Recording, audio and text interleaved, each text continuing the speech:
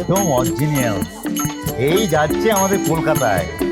না দেখাও তো চিকনাটা। ওরে মিয়া ঠিক যাই কে দেখেন একটা কাঁচ একবার লাল 17টা সস্তা দেখে ঢুকা দাও 1700 কি বলছেন? ঝাঁকি ধরে উঠিয়ে দিন। মিয়া মাথা তো তার আমি ফেরছি, আমি কি যাকে শুদ্ধ কইছি?